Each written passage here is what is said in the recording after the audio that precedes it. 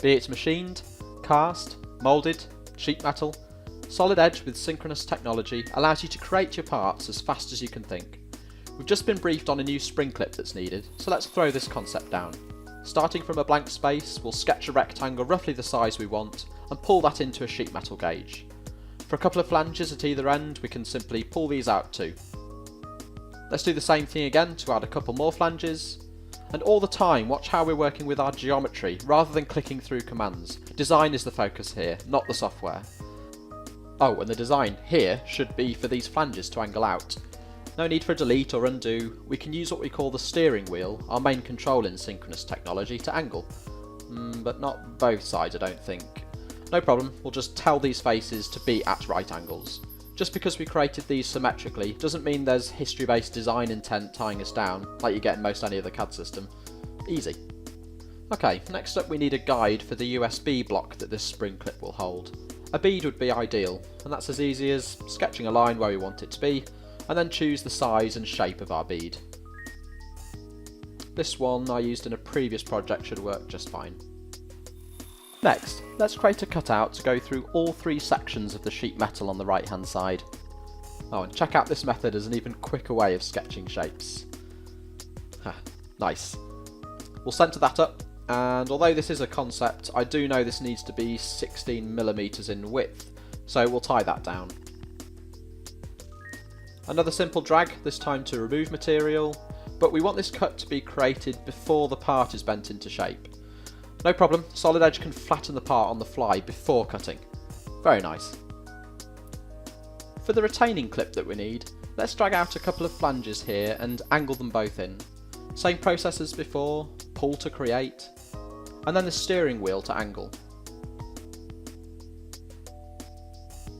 We also need a sidewall to contain the connector block, so let's add another flange. But the material needs to be on the inside, and a partial flange, not a full.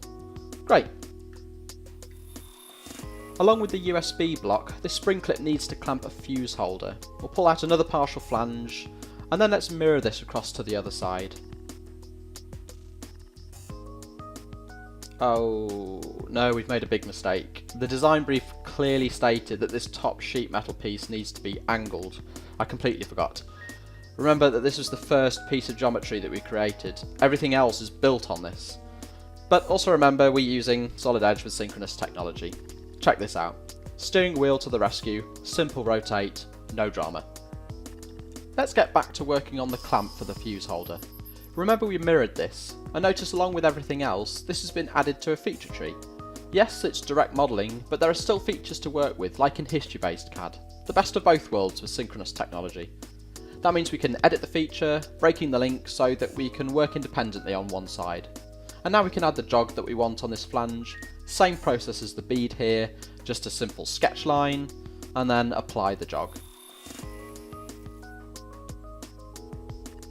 Let's do the same for our retaining clip.